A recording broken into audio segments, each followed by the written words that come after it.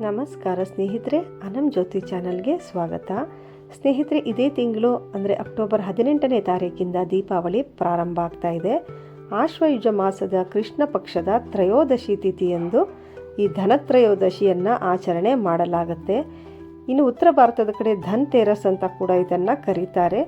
ಈ ದಿವಸ ಧನ ಹಾಗೂ ಸಂಪತ್ತಿಗಾಗಿ ಮಹಾಲಕ್ಷ್ಮಿ ಪೂಜೆ, ಅದೇ ರೀತಿ ಐಶ್ವರ್ಯ ಹಾಗೂ ಅಭಿವೃದ್ಧಿಗಾಗಿ ಕುಬೇರನ ಪೂಜೆ, ಅದೇ ರೀತಿ ಆರೋಗ್ಯಕ್ಕಾಗಿ ಧನ್ವಂತರಿ ದೇವರನ್ನು ಪೂಜೆಯನ್ನು ಮಾಡಲಾಗುತ್ತೆ.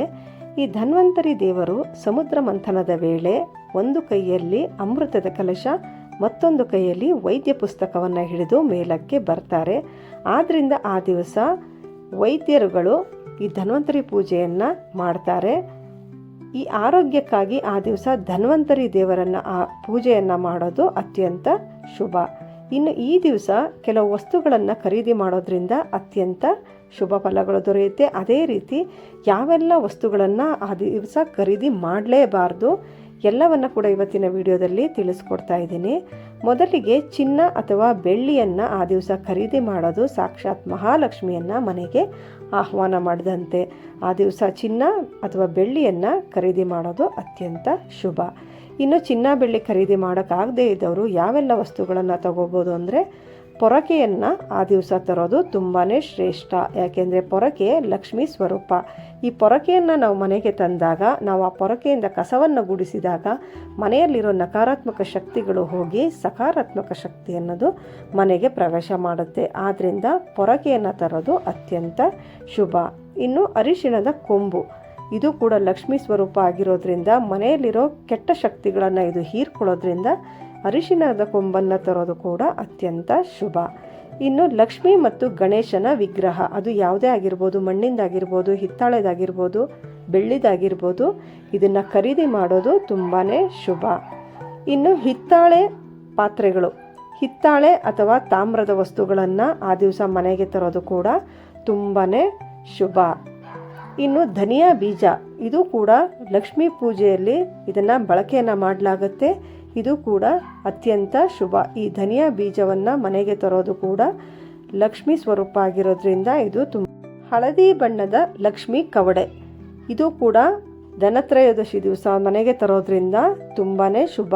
ಇದನ್ನು ಪೋಟಲಿಯನ್ನು ಮಾಡೋದಕ್ಕೆ ಕೂಡ, ಈ ಕುಬೇರ ಪೋಟಲಿಯಲ್ಲಿ ಕೂಡ ಇದನ್ನು ಬಳಸಲಾಗತ್ತೆ. ಇದನ್ನು ಕೂಡ ತಗೊಂಡು ಬರೋದು ಅತ್ಯಂತ ಶುಭ. ಇನ್ನು ಗೋಮತಿ ಚಕ್ರ, ಇದರಲ್ಲಿ ಲಕ್ಷ್ಮೀ ವಾಸ ಇರುತ್ತೆ ಅಂತ ಹೇಳ್ತಾರೆ. ಆದ್ದರಿಂದ ಈ ಲಕ್ಷ್ಮೀ ಸ್ವರೂಪವಾದ ಗೋಮತಿ ಚಕ್ರವನ್ನು ಮನೆಗೆ ತೆಗೆದುಕೊಂಡು ಬರೋದು ಕೂಡ ತುಂಬಾ ಶುಭ. ಅದೇ ರೀತಿ ಕಲ್ಲುಪ್ಪು, ಈ ಕಲ್ಲುಪ್ಪು ಕೂಡ ಲಕ್ಷ್ಮೀ ಸ್ವರೂಪ ಆಗಿರೋದ್ರಿಂದ ಆ ದಿವಸ ಕಲ್ಲುಪ್ಪನ್ನು ತಂದು ಪೂಜೆಯನ್ನು ಮಾಡೋದು ಕೂಡ ತುಂಬಾ ಶುಭ. ಇದನ್ನು ದೇವರ ಮುಂದೆ ಇಟ್ಟು ನೀವು 5 ದಿನಗಳ ಕಾಲ ಕೂಡ ಇದನ್ನು ಪೂಜೆ ಮಾಡಿದ್ರೂ ಕೂಡ ತುಂಬಾ ಒಳ್ಳೆಯದು. ಇನ್ನು ಮಣ್ಣಿನ ಹಣತೆ, ಮಣ್ಣಿನ ದೀಪಗಳನ್ನು ತಗೊಂಡು ಬರೋದು ಕೂಡ ಅತ್ಯಂತ ಶ್ರೇಷ್ಠ. ಇನ್ನು ಆ ದಿವಸ ಮಣ್ಣಿನ ದೀಪವನ್ನು ದಾನವಾಗಿ ದೇವಸ್ಥಾನಗಳಿಗೆ ಕೊಡೋದು ಕೂಡ ತುಂಬಾ ಶ್ರೇಷ್ಠ. ಇನ್ನು ಧನತ್ರಯೋದಶಿ ದಿವಸ ಯಾವ ವಸ್ತುಗಳನ್ನು ಖರೀದಿ ಮಾಡಲೇಬಾರ್ದು ಅಂದರೆ, ಆ ದಿವಸ ಕೆಲವು ವಸ್ತುಗಳನ್ನು ಖರೀದಿ ಮಾಡೋದ್ರಿಂದ ಸ್ವಲ್ಪ ಕೆಟ್ಟ ಫಲಗಳನ್ನು ಅನುಭವಿಸ್ಬೇಕಾಗತ್ತೆ.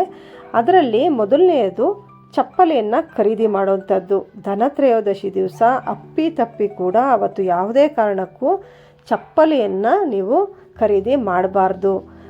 ಧನತ್ರಯೋದಶಿ ದಿನ ಈ ಚಪ್ಪಲಿಯನ್ನು ಖರೀದಿ ಮಾಡೋದು ಅತ್ಯಂತ ಅಶುಭ. ಆದ್ದರಿಂದ ಯಾವುದೇ ಕಾರಣಕ್ಕೂ ಖರೀದಿ ಮಾಡಬೇಡಿ.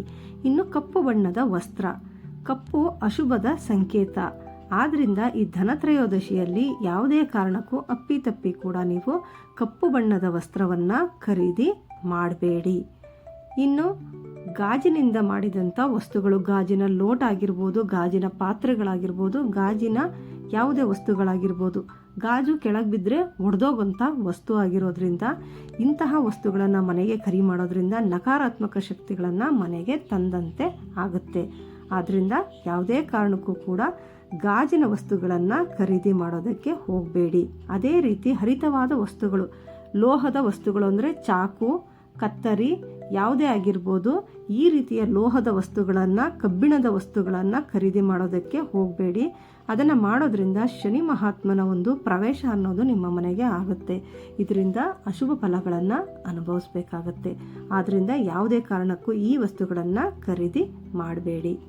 ನೋಡಿದ್ರಲ್ಲ ಸ್ನೇಹಿತರೆ, ಇವತ್ತಿನ ವಿಡಿಯೋದಲ್ಲಿ ಧನತ್ರಯೋದಶಿಯಲ್ಲಿ ಯಾವ ವಸ್ತುವನ್ನು ಖರೀದಿ ಮಾಡಬೇಕು, ಯಾವುದನ್ನು ಮಾಡಬಾರ್ದು ಎಲ್ಲವನ್ನು ಕೂಡ ತಿಳಿಸ್ಕೊಟ್ಟಿದ್ದೀನಿ. ದೀಪಾವಳಿಗೆ ಸಂಬಂಧಪಟ್ಟ ಮತ್ತಷ್ಟು ವಿಡಿಯೋಗಳನ್ನು ಮುಂದಿನ ದಿನಗಳಲ್ಲಿ ಮಾಡ್ತೀನಿ. ಈ ವಿಡಿಯೋ ನಿಮಗೆ ಇಷ್ಟ ಆಗಿದ್ದರೆ ಲೈಕ್ ಮಾಡಿ, ನಿಮ್ಮ ಸ್ನೇಹಿತರಿಗೆ ಶೇರ್ ಮಾಡಿ. ಸಬ್ಸ್ಕ್ರೈಬ್ ಮಾಡಿ ನೋಡ್ತಿದ್ರೆ ಈಗಲೇ ನಮ್ಮ ಚಾನಲ್ ಸಬ್ಸ್ಕ್ರೈಬ್ ಮಾಡಿ, ಪಕ್ಕದಲ್ಲೇ ಇರೋ ಬೆಲ್ ಐಕನ್ ಒತ್ತಿ. ನಿಮ್ಮ ಅನಿಸಿಕೆಗಳನ್ನು ಕಮೆಂಟ್ ಮಾಡಿ ತಿಳಿಸಿ. ಮತ್ತೊಂದು ಉಪಯುಕ್ತ ವಿಡಿಯೋ ಜೊತೆ ಮತ್ತೆ ಭೇಟಿ ಮಾಡೋಣ. ಅಲ್ಲಿವರೆಗೂ ನಮಸ್ಕಾರ. ಸರ್ವೇ ಜನ ಸುಖಿನೋ ಭವಂತು.